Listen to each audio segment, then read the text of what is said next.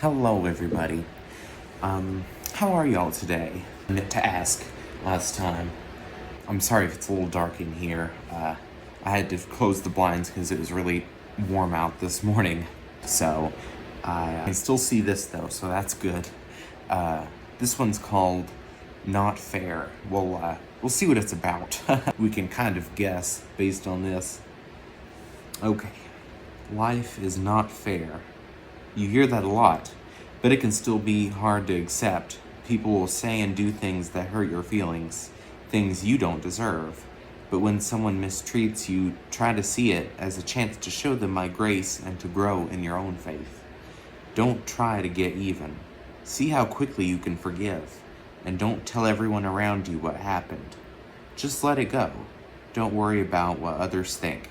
My opinion is the one that really counts. When others mistreat you, remember this: I freely forgive all of your sins.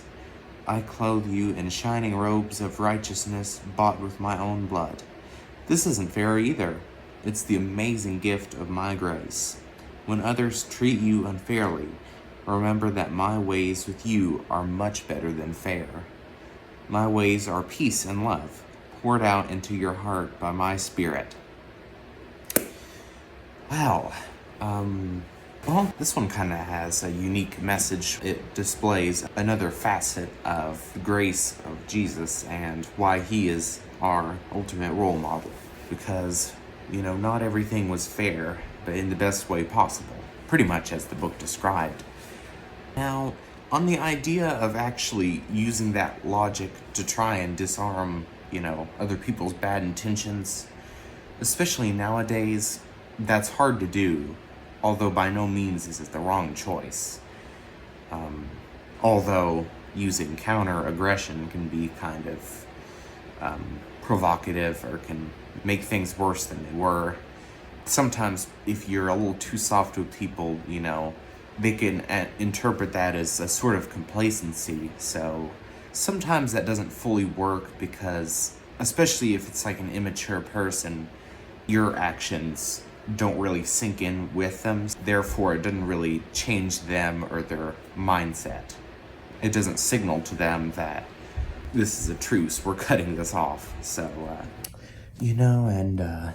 especially nowadays, that happens a lot with, parents trying to discipline children, because when the parents are that soft with them, the kids, it just doesn't really faze them and doesn't make them change anything. They're still going to keep doing the same things and build that habit. And it's more about the parents not wanting their children's feelings to be heard, which is understandable, but they just don't get that. And it's a bleak contrast to, back when parents were even a lot stricter with their children. And, there's just never been quite a balance in that in terms of the average, U.S. parent.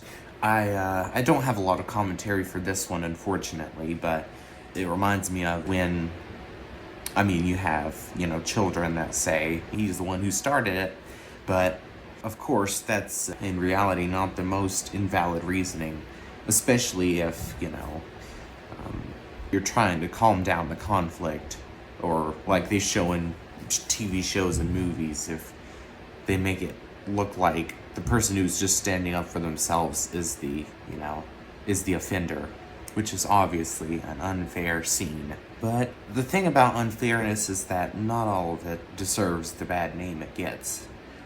Of course, it's unsatisfactory to us, but at least in terms of the sacrifice of Jesus and many others, we can turn that's not fair into maybe a good thing by just showing an excessive amount of kindness, which some people like me would be scared to do that still, because I hate to look excessive in anything.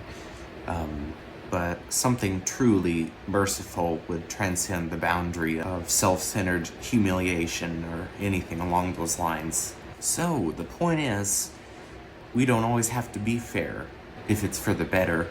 And, even with excessive acts of kindness like that, some people get kind of uncomfortable or feel bad because You know, they feel like they have to repay this person the same amount, but sometimes, especially in this world, sacrifice is the name of the game and can bring you even greater rewards inside your heart. So, this actually gave me a new perspective. I'm really thankful of that, actually. Thank you guys, and I'll see you next time. Bye-bye.